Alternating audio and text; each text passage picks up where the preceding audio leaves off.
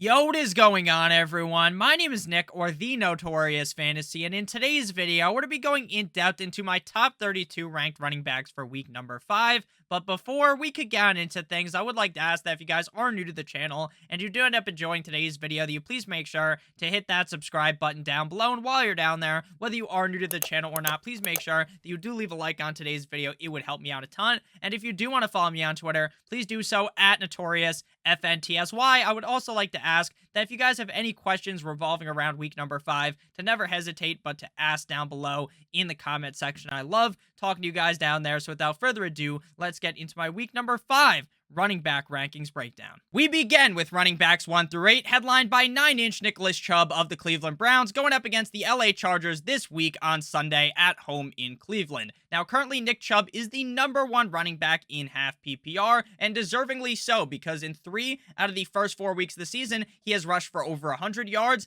and in the game that he failed to rush for 100 yards, the man scored 3 fucking touchdowns, so he has been unstoppable for all of these defenses. But all of these first 4 games have been against defenses that, in my opinion, are easy or average, right? He did it up against the Panthers, the Jets, the Steelers, and the Falcons. This week, he gets the LA Chargers, whose defense on paper should be significantly better than they are playing. Now, last week, we did see Dameon Pierce run a train on that Chargers defense, so I don't doubt that Nick Chubb can have a big game. Obviously, I have him ranked #1, but since the Chargers offense is so good, and this is going to have to be a more pass-heavy game by the Browns, I do think Kareem Hunt could sneak up and have a decent game. But at the end of the day, the way the Browns win this game is, even if they are losing, to slow down the firepower of the Chargers by just taking up a lot of time of possession and just run the ball a lot. So I think Nick Chubb still has a very solid game. I think he sees around 16 to 24 carries in this game and probably finishes inside the top 5. That's why I'm very comfortable having him ranked as my #1 running back on the week. Next up, we move to #2 with Saquon Barkley of the New York Football Giants, going up against the Green Bay Packers. Technically, the game is at Green Bay, but it's not really, because it is played in England. Saquon Barkley is now the #2 running back in half PPR, finishing inside the top 12 3 out of the first 4 games. The other game where he finished outside of the top 12, he was running back #17. This guy has been getting a crazy amount of carries every single game. Last week up against the Bears, this motherfucker ran 31 times. And Daniel Jones's health for week 5 this week is in jeopardy. There is a very good chance that Daniel Jones doesn't play. And if Daniel Jones doesn't play, then Tyrod Taylor isn't going to play, more than likely either. And then they're going to be left with maybe Jake Fromm. And they're even talking about how they are going to use Saquon Barkley as the quarterback, that they have designed plays for Barkley to be the quarterback. So you maybe even get some passing yards from Saquon Barkley in this game. I do understand that realistically, the defense knows that regardless of who the quarterback is going to be, that the Giants are going to run the ball.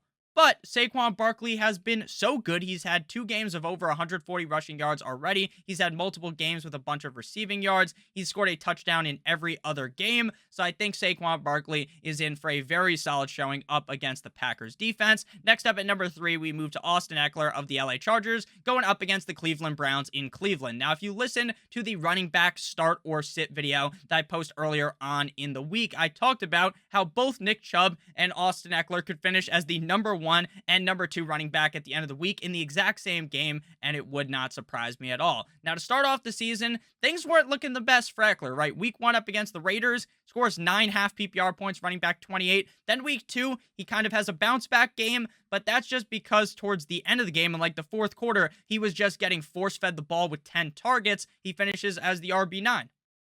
Again, that's great for the week if you had him in week #2, but in week #3 up against the Jacksonville Jaguars, it was like, is he going to be able to repeat that? And we all watched that game. The LA Chargers offense looked like horseshit, but week 4, they bounce back up against the Houston Texans. Austin Eckler scores 3 touchdowns. The bald man himself, looking like Mr. Clean, should be able to have a humongous game here up against the Cleveland Browns. I really do feel like Justin Herbert is significantly more healthy. Last week, he looked a lot more healthy. I think he'll be more healthy in this game as well. I think he has a very good game, and depending on if Keenan Allen returns or not, to me, doesn't really move the pendulum too much for Austin Eckler. At number 4, we have Derrick Henry of the Atlanta Titans going up against the Washington Commanders in Washington. Now, after the first 2 games, there was a lot of fantasy players that were panicking immensely on Derrick Henry because he was the running back 33 and 26 in back-to-back weeks. People start to shit themselves. They're like, oh my God, did Derrick Henry fall off the edge of the cliff like Humpty Dumpty fell off that wall?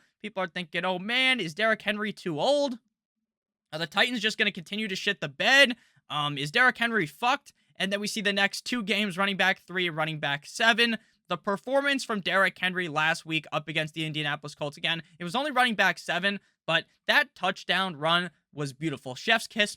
Man, you freak. Here up against the Washington Commanders, that's defense is complete and utter dog shit. I expect yet another big performance out of Derrick Henry, the king himself. At number 5, we move to Christian McCaffrey of the Carolina Panthers going up against that stout 49ers defense on Sunday at 4:05 Eastern Standard Time. Now, Christian McCaffrey is one of those running backs where I don't really give a fuck who he's playing against. He could be playing up against the 85 Bears defense, and I would still roll him out there. Now, I understand there's concerns about Baker Mayfield not looking good. There's concerns about the play calling by Matt Rule. There's concerns about a lot of things around Christian McCaffrey. DJ Moore is basically dead to me at this point.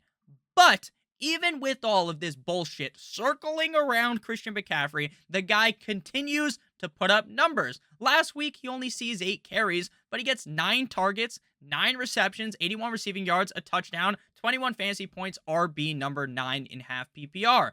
Now, the reason why you drafted Christian McCaffrey was because you understood that even in the games where maybe he's not rushing for 100 yards like he did in week 2 and week number 3, that he is going to see a bunch of targets that can make up for that. Now, I understand, again, the 49ers defense looks tough.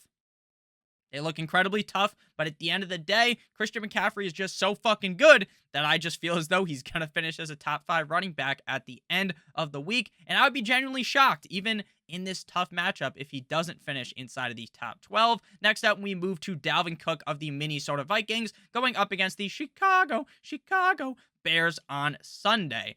Now, Dalvin Cook, through the first 4 games of the season, has only finished inside of the top 24 twice. RB20 week 1, RB14 in week number 3. So, where you drafted Dalvin Cook, people might start to throw around the term bust, because right now, Dalvin Cook looks like a fucking bust for fantasy football. Now, I'm not going to panic because I know how good Dalvin Cook is, and I'm also not going to panic because he's playing up against the sorry-ass Chicago Bears defense. We just saw last week Saquon Barkley run a fucking train on the Chicago Bears defense, so you better believe Dalvin Cook is going to be cooking up a 5-star Michelin meal like his name was Gordon Ramsay. So I fully expect Dalvin Cook to have a big spot here. Alexander Mattison is on the team and we'll see some touches, but at the end of the day, Dalvin Cook is still the guy on the team. Next up, we move to RB number 7, Uncle Lenny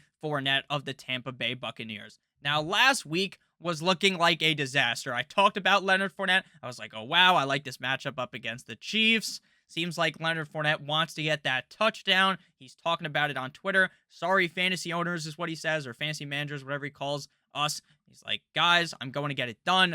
I'm sorry that I haven't been the greatest the first 3 weeks, or the first 2 weeks. I think he said that before week 3, and I was like, all right, Lenny cares. You know what? I'm going to believe in Lenny yet again. And the motherfucker had 3 rushes for -3 rushing yards. But he pulled basically a rabbit out of his hat and scored a touchdown, 7 targets, 7 receptions, 57 receiving yards, 15 fantasy points in half PPR, RB number 15 at the end of the week. So that was great for Leonard Fournette, right? He kind of had a redemption at the end of the game. Rashad White's usage last week was concerning. It definitely was, but I don't think that's going to be the normal. They go up against the soft as baby shit Atlanta Falcons defense this week, so I expect a strong performance and his best performance of the year yet, because he is yet in half PPR to finish inside of the top 10. To close out the top 8 before we move to running backs 9 through 16, I want to talk about Joe Mixon here, RB number 8, going up against the Baltimore Ravens in Baltimore on Sunday Night Football. Now, the Baltimore Ravens secondary is beaten, it is battered, it is bad. Bad news bears. Joe Mixon last week, despite rushing for like 2 yards every first down, or every time they ran the ball on first down. He had 24 rushes for 61 yards, 4 receptions on 4 targets, 4 for 4, like he was at Wendy's, 13 receiving yards, a touchdown, 15 fantasy points, RB number 13. Now, Joe Mixon had this hoorah meeting with the offensive line. I don't know what he told them. Hey, maybe guys fucking block a little. Maybe that's what he told them. But maybe it's, to be honest with you, I don't think it's necessarily the blocking. I think Joe Mixon just was not looking good in that game. But I digress. Mixon's finished inside the top 14 twice already this season and has only finished outside the top 24 once, and that was in a bad game up against the Jumbo Jets. We've seen games where Joe Mixon sees as many as 9 targets. I'm not saying that's a lock to happen, but if he gets 4 or 5 targets this game, you shouldn't be surprised. That's the normal for Joe Mixon. This matchup up against the Baltimore Ravens could be higher scoring. Again, the Ravens defense isn't as good as a defense like the Dolphins is, in my opinion, especially against the run. So I think Joe Mixon has a big game here. It's not really a bounce back because he was RB13 last week, but I do think he looks better because last week when you were watching the game, you would have been like, oh wow, Joe Mixon looks great. He just had a good fantasy day. He did not look very good. Next up, we move to running backs 9 through 16, headlined by my main man Jamal with 2 A's Williams of the Detroit Lions going up against the New England Deflatriots in New England. Now, DeAndre Swift is definitely not playing, in my opinion. Now, I know there's still a sliver, a micro penis length of a chance that Jamal Williams ends up playing on Sunday. Or not Jamal Williams, that DeAndre Swift ends up playing on Sunday. Sure, there's a chance, right? But the chance is extremely low. He's not going to play. So I'm just operating under my instinct, my thought process that DeAndre Swift is not going to play and that Jamal Williams is going to potentially finish as a top 5 running back. Back-to-back Michael Jordan 96-97 running back finishes inside the top 5. Last week, 19 carries for 108 rushing yards, 3 targets, 1 reception, 1 receiving yards, 2 touchdowns, 23 fantasy points, and again, running back number 5. Now, I know Jamal Williams has been putting up great numbers. DeAndre Swift is clearly the better back for the Lions, but he's hurt, and they have a bye week next week in week number 6, so it would make 0 sense for the Lions to play Swift. Jamal Williams is going up against the Lions, or not, he's on the Lions, he's going up against the Patriots, and I understand that the Patriots defense is definitely tough, but the Lions have the best offense in the fucking NFL right now. Jamal Williams is going to put up numbers in this game, even up against a New England Patriots defense that is quote-unquote tough on paper. We saw the Green Bay Packers run all over him last week. I think Jamal Williams has a humongous game on Sunday. Next up, we move to my guy, Clyde Edwards-Helaire, RB number 10, going up against the, turn your volume down, the Las Vegas Raiders on Monday Night Football.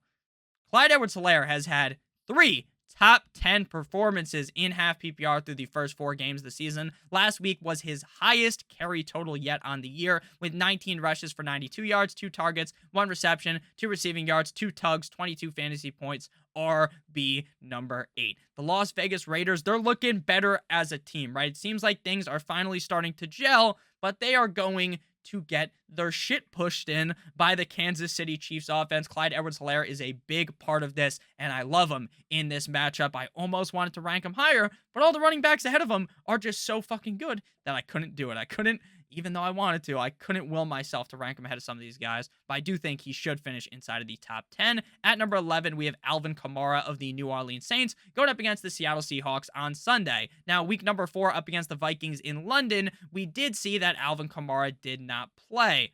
Now, Alvin Kamara himself says, I'm going to be out there in week number 5, and he says that he is ready to roll versus Seattle in week 5. So I assume that he plays. Is he, though, the perfect health Alvin Kamara? Probably not. So, despite the matchup being incredibly easy up against the Seahawks defense, I don't want to trick myself into ranking him way too highly because of what we've seen out of Kamara in the past, because Kamara hasn't looked the greatest this year. Now, do I think you should sell Alvin Kamara for a half-eaten bag of fucking Frito-Lays? Of course not. But do I want to bang the drum, get on my knees, and give this guy the virtual Gawk 9000 that he's just going to bounce back and have this huge top 10 game? No, I'm not ready to do that yet. That's why I got him at running back number 11. I think if he plays, he should have a big game, but the fact that famous Jameis Eda W. Winston will not be playing might actually be a positive for Kamara because Andy will dump the ball off to him a ton. Running back number 12, we got Mr. Aaron Jones of the Green Bay Packers going up against the New York Football Giants. Now, Aaron Jones has been incredibly annoying this season. This matchup up against the Giants, while the Giants defense has looked good, I don't think they're ready for what the Green Bay Packers are cooking up here. I think Aaron Jones should have no problem having a big game. The issue is that when you have a running back like A.J. Dillon and Aaron Jones on the exact same fucking team, there's going to be games where Jones has a great game. There's going to be games where A.J. Dillon has a great game. There's going to be games where both of them don't do very good. And that's kind of just the way it is. That's just the way it is. It's very annoying. He's finished as running back 29, running back 2, running back 52, and running back 18. He's probably going to see 12 to 18 carries in this game. I think he should be able to get it done, but I am worried about Aaron Jones. And it's not because I think that Aaron Jones now is just magically a worse player. It's because of the fact that A.J. Dillon is there, and it really does hurt the value that Aaron Jones does have. Again, I think he could have a big game. Expert consensus rankings right now have him as RB7, and I understand why people have him ranked that highly. I just don't trust him enough, or I do trust him. I just don't trust the situation enough to want to rank him that high. Running back number 13, we got James Robinson of the Jacksonville Jaguars. 3 top 10 performances in a row, weeks 1 through 3. Last week up against the Eagles, he shits the bed, and people get all worried. Man, this isn't good. Is it going to be Travis Etienne time in Jacksonville? Probably not. I mean, James Robinson fumbled, and then the day kind of ended for him. But James Robinson is not some guy with fucking fumbleitis. He doesn't fumble in every game. Him getting benched against the Eagles in a tough matchup, it's okay. This week, he gets the Houston Texans, a defense that he can rip a new asshole into. Now, the Texans have already gotten their asshole ripped a bunch of times. They're probably going to need surgery to repair it after this one, but I think Robinson bounces back and has a big game. I'm fully confident in him, so I wouldn't panic at all. I think Etienne is still a guy you want on your team, but there's no way I'm moving him above Robinson unless we see like the next 4 weeks magically that Etienne's the guy, because based on the first 4 games of sample size, it's pretty clear Robinson is the back that they want to use more. And it's also clear that Robinson looks better than Travis Etienne. At running back number 14, we have Josh Jacobs of the Las Vegas Raiders going up against the Kansas City Chiefs in Kansas City. Now, for weeks, I talked about how annoying it is to have Josh Jacobs because when the Raiders pop off, he should have a big game. He's getting the carries, but the problem is Josh McDaniels, head coach of the team, wants to use kind of a running back by committee. But last week, when the team actually looked good, they decided, hey, you know what? Josh Jacobs is pretty good. Let's give him more carries. So instead of getting his normal like 15, 16 carries, they give him 28 carries, 144 rushing yards, 6 targets, 5 receptions, 31 receiving yards, 2 touchdowns, RB1 at the end of the week, 32 fantasy points. So they just saw that big game out of Josh Jacobs. So if McDaniels goes back to pitter-pattering around, fucking around, giving the ball to other running backs on this team, then he should be fired into the sun via cannon. There's no way that's going to happen. We just saw Josh Jacobs run train on the Broncos. He was looking dangerous out there. Shout out to Russell Wilson. So I think this week we see a hefty load for Josh Jacobs up against the Chiefs. Now understand, Nick, Lenny wasn't that good against them last week.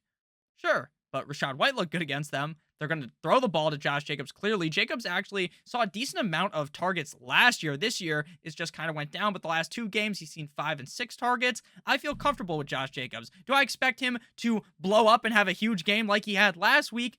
No. But could he easily finish inside of the top 16?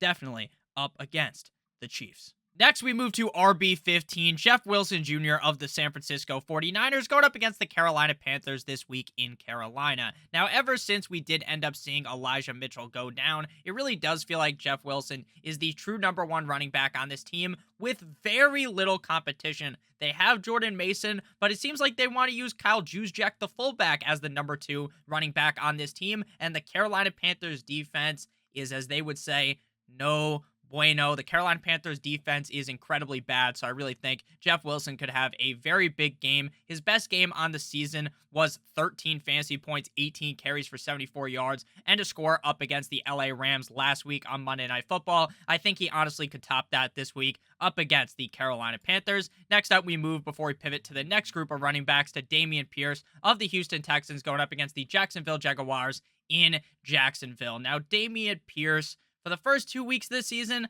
things weren't looking the best for Pierce, right? People start to panic. They're like, oh shit, I drafted this guy in the 5th round. He's not really doing all that well. But last week up against the LA Chargers was his best game. The week prior up against the Bears, he put up solid numbers as well. Last week up against the Chargers, 14 carries for 131 yards, 6 receptions on 6 targets for 8 receiving yards. Pretty good, right? 6 targets, 6 receptions, 8 yards, 1 touchdown, 23 fantasy points, and RB number 6 at the end of the week. This week, he faces the Jacksonville Jaguars, which at the beginning of the season, I probably would have said was an incredibly easy, soft serve, cupcake fucking matchup for Dameon Pierce. But now that we're 5 weeks into the season, it's pretty evident that the Jacksonville Jaguars do have a good defense. Now, last week, Miles Sanders went absolutely crazy up against that Jacksonville Jaguars defense, but the Eagles' offense is also way better than the Texans' offense. So I think Pierce has a good game. I don't think he necessarily does as good as he did last week, but I do think he has a good enough game to be inside of the top 16. But before we could pivot into the next group of running backs, I would like to ask that if you guys have ended up enjoying this video so far, to please make sure that you do hit that subscribe button down below. While you're down there,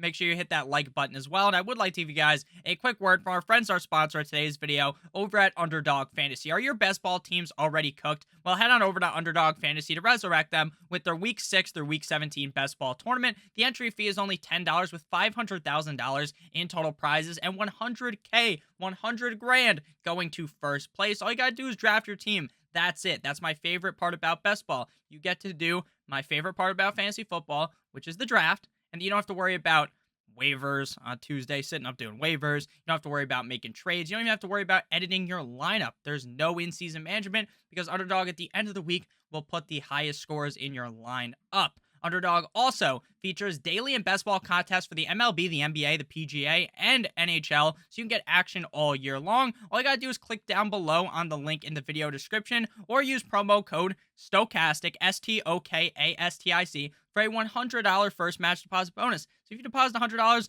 they will give you an additional $100. So back on into things, we move to RB 17 through 24, headlined by Khalil Herbert of the Chicago Bears going up against the Minnesota Vikings in Minnesota. Now, if David Montgomery plays in this game, then you take Khalil Herbert, you throw him out of the rankings, and you put David Montgomery in a very similar spot as Khalil Herbert. Right now, based upon everything that I have read, it seems incredibly unlikely that David Montgomery will end up suiting up, so I'm very confident in Khalil Herbert in this game. Now, last week, I touted Khalil Herbert very highly. I said this game up against the Giants is going to be a run-heavy affair, and it was. 19 carries for 77 yards, 1 target, 1 reception, but only 11 half PPR points, RB25 at the end of the week. So based upon where I ranked him, he was a fucking disaster because I had him ranked way too high, but if you had him reasonably ranked, then he was just a kind of a dud, but it is what it is, right? He still scored 11 points, so he wasn't that bad. This week, up against the Minnesota Vikings, the Vikings defense does look pretty solid.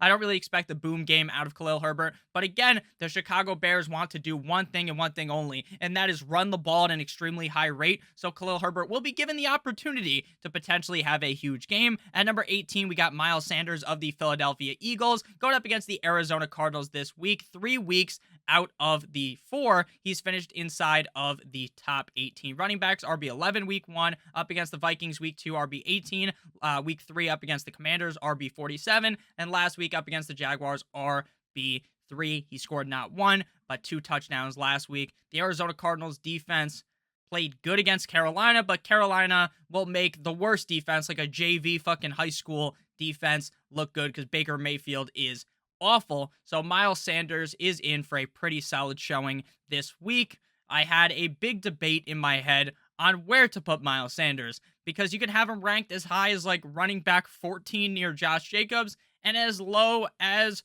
RB 22-ish near James Conner. He has been relatively safe through the first 4 seasons, but we all know deep in the back of our head that there's going to be a game where Jalen Hurts rushes in 2 touchdowns and Miles Sanders kind of gets cucked out of a good performance. Could that happen up against Arizona? Definitely. So he is my RB number 18 right now. Next up, we move to RB 19, Breece Hall of the New York Jumbo Jets going up against the Miami Dolphins.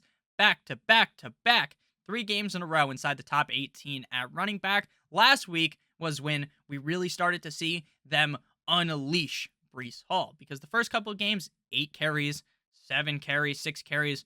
Week 4, 17 fucking carries for Breece Hall. Once the MILF Hunter returned, it appears that they want to go to Hall and fade away from Michael Carter. And now that I say that, of course, Michael Carter is going to go bananas in this game. But at the end of the day, I do feel comfortable playing Breece Hall. The Dolphins' run defense is its biggest weakness, in my opinion. Now, the run defense is definitely better than we've seen in the past. As a Dolphins fan, I've seen the run defense. Literally, you could have you, the viewer, could have been handed the ball and you could have ran for 75 yards on the Dolphins. Now, obviously, unless you, the viewer, is built like an NFL running back, you probably couldn't actually do that, but you get what I'm saying, right? There was scrub running backs, these guys that are like 7th round picks, undrafted players that could have ran a train on the Dolphins. This year, it's better, but it's not like we went from being one of the worst run defenses to one of the best, right? We're just not those guys. Up against the Jets, the Dolphins have had their number for the last couple of years, but things are much different. We have a new head coach. It's not Brian Flores. I think Mike McDaniel's the better coach, but it is what it is. I think that Breece Hall has a decent game. I'm not advocating for a huge one, but I do feel like he's going to get enough carries that he's certainly start-worthy in this matchup in MetLife. Next up, we move to Najee Harris of the Pittsburgh Steelers, going up against the no one circles the wagons like the Buffalo Bills. Now, if I am Kenny Pickett going into this game, what I'm going to do is just dump the ball off to Najee Harris as many times as possible so that I don't get fucking flattened like Flat Stanley by the Buffalo Bills defense. That pass rush is going to eat Kenny Pickett alive. Alive. They're going to eat him up quicker than Lizzo clears out a breakfast buffet. So Najee Harris could have a really bad game. He looked decent last week, but it was by far his worst game. So, he didn't see any targets last week, so I'm kind of worried about Najee Harris. I'm not worried about the player Harris. While he hasn't looked the best, I still think he's a decent enough running back to be good in fantasy football this year. I'm more so worried drastically about the matchup up against the Buffalo Bills. The Bills realistically could beat them by like 24 points. That's not even a crazy statement. So I do worry about Harris this week. 21, we got, just kidding, Dobbins, J.K. Dobbins of the Baltimore Ravens going up against the Cincinnati Bengals. J.K. Dobbins comes back in his return game. Now, I understand he played in week 3, but his real return game last week up against the Bills, 13 carries, 41 rushing yards, 4 targets on 4 receptions, 4 for 4 like he was at Wendy's, 22 receiving yards, 2 touchdowns, RB number 10. Now, Nick, you just said that the Buffalo Bills could destroy Najee Harris, but you just saw J.K. Dobbins play good against them. Yeah, well, there's a big difference between the Baltimore Ravens and the fucking Pittsburgh Steelers. The Baltimore Ravens are like up here. They're one of the upper echelon teams in the league, and the Steelers are like in the fucking basement. Where I have them ranked is so low that it doesn't even make it into this fucking box that I'm in right here, okay? They're that low down. So J.K. Dobbins, for me, should have a decent game here up against the Bengals. I think this could be a higher scoring game. But if Gus Edwards does suit up on Sunday, just letting you know, that makes me a lot more worried about Mr. Dobbins. At 22, we got James Conner of the Arizona Cardinals. Now, I personally am one of the biggest, or was one of the biggest James Conner advocates. I was banging the drum for him all off season. I kept talking him up and up and up, like that chubby kid and his grandpa going up in the movie Up. That was a terrible reference. God damn it, Nick. But it is what it is. We don't cut these things. The only thing I've cut in this video so far is when I've coughed. Because I have ligma. Again, another bad joke, but I am perfectly fine. Don't worry about that. James Conner up against the Eagles. So again, James Conner has been very underwhelming, but he hasn't been healthy. He's played every game, but he hasn't been healthy. I hope he's more healthy this week. He's only averaging 3.2 yards per carry, which is not very good at all.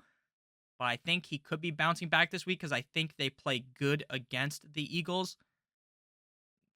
I mean, that the Cardinals have been a disaster, but I feel like they're going to bounce back here. I feel like this is the bounce back spot where they have a genuinely tough opponent on the other side. If you guys haven't kind of noticed already, outside of the top 12 running backs, or maybe I guess outside of like the top 16, things like my confidence level in these guys is way lower than like years prior. Like scoring in the league has been lower this year, but it feels like the running backs are just down astronomical. And it really feels like next year a lot of people are going to fade the running backs early, go heavy on receiver, and then next year when everyone does that, you just zag the opposite way, snag a bunch of running backs, and then you're going to be winning because the running backs will be amazing. I kind of just feel like that's what's going to end up happening because the running backs this year have been not so hot, especially if you drafted them early. Next up, we move to Damian Harris and Ramondre Stevenson. We're going to talk about them in conjunction with each other, them together, because they're on the same team. Both of the Patriots up against the Lions. Now, the Lions' defense is the worst in the NFL. They have the best offense, but since they're the Lions, they just so happen to have the worst defense. Damian Harris is looking good. Top 14 weeks, 2 out of the last 3 weeks. Top 24 weeks in all 3 of those last 3 games. Scored a touchdown in all of the last 3 games. Ramondre Stevenson has scored 1 touchdown. He's seeing a decent amount of carries. He's getting more targets. And overall, I think Stevenson might be the better running back. But, this is a big but, like Riley Reid, I do fully expect that Damian Harris ends up outscoring Stevenson because that has been the case all season. Even if Stevenson looks better, Harris is seeing more opportunities. And again, the Lions defense is awful. Would I be surprised if Stevenson outscored Harris? No, that's why I have them ranked back to back. But I am going to, if there was a gun to my head and Jeffrey Dahmer's got me locked in his fucking basement, he's like, Nick, I'm gonna kill your ass if you don't pick the right one. Then I'm going to say Harris, but it is incredibly close. Next up, we move to the next batch of running backs with RB25, A.J. Dillon of the Green Bay Packers. Now, we talked about this situation when we talked about Aaron Jones. A.J. Dillon and Aaron Jones are both incredibly talented. The question is, which one of them will be the guy? Which one squeezes his way into the end zone? Because more than likely, the one who scores or gets more targets is going to be the one that outscores the other one. 3 weeks in a row since week 1. A.J. Dillon had a really good game in week 1, but since then, he's been outside of the top 30 running backs every single game in half PPR.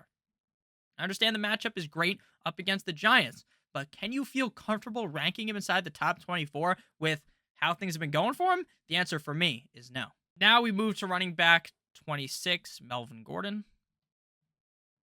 Melvin Gordon scored a grand total of -1 fantasy points last week.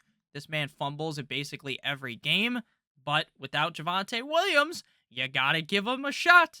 You gotta give him a chance because while Mike Boone and Latavius Murray are there, even with the immense amount of struggles with holding on and securing the football, Melvin Gordon is still clearly the best running back on this team. And to me, it's not even relatively close. So the Colts defense has looked okay at best, I guess. Melvin Gordon could have a huge game, but he could also fumble, and then they give the ball to Mike fucking Boone. So, like, if you have Melvin Gordon, you're probably going to play him this week, but am I playing him with supreme confidence tonight up against the Colts?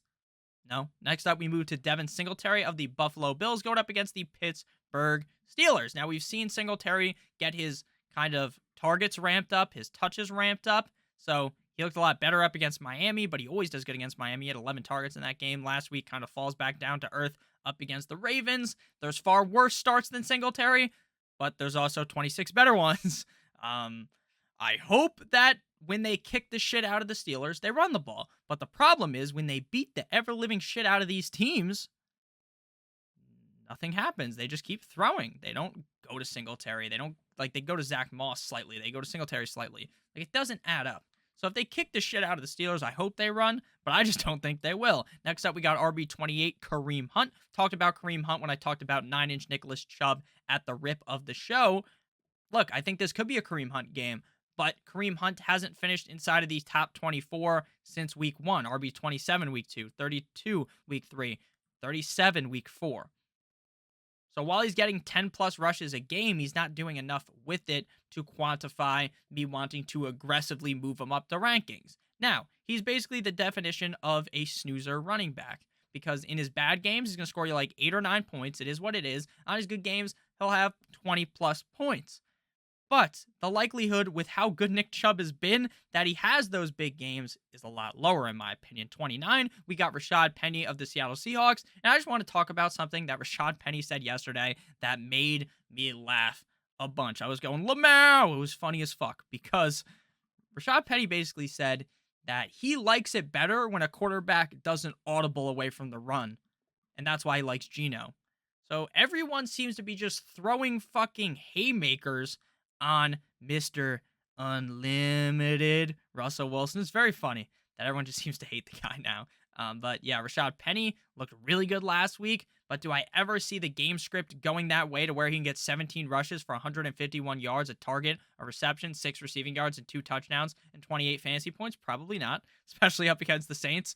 The Detroit Lions defense is awful. That's why I kind of talked up Damian Harris and Ramondre Stevenson, because the defense is as soft as baby shit. Rashad Penny turned into Rashad Quarter because he had such a good game.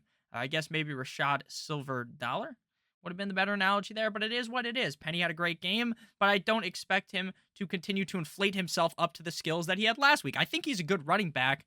I just don't love the Seahawks. At number 30, we got Nyheim Hines of the Indianapolis Colts going up against the Broncos. Now, when he has been playing with Jonathan Taylor, he hasn't been good, but he's seen on average 4, 5, 6 targets per game. So he's going to get the targets. They're going to use Philip Lindsay, and they're probably going to use the other running back on their team as well. So do I think Nyheim Hines is going to have a big game? Probably not. Does he have the upside to do so? Yes. But when the Colts offense hasn't looked good with Jonathan Taylor, who's arguably the best running back in the NFL, do you really think they're going to look better with Nyheim Hines? And Nyheim Hines is going to have value when JT's value is down in the fucking dumpster? Probably not. Running back number 30. 31, we got Antonio Gibson of the Washington Commanders going up against the Les Titans. Now, Gibson has gotten worse and worse and worse and worse every game. Now, week 2 and 3, bailed out by a touchdown. And in week 1, he was bailed out by the fact that he got 8 fucking targets, which isn't the normal for Gibson. Brian Robinson might play on Sunday. He might play.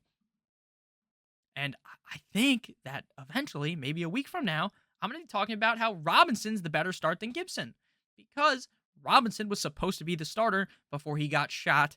Sadly, that sucked. But Antonio Gibson hasn't looked good. He hasn't proved himself. He's got 3.3 yards per carry. That's simply not good enough to be the number 1 running back on a team. Next up, we got RB32. This is where we're really down in the dumps here. Raheem the Dream Mostert of the Dolphins going up against the Jumbo Jets in MetLife.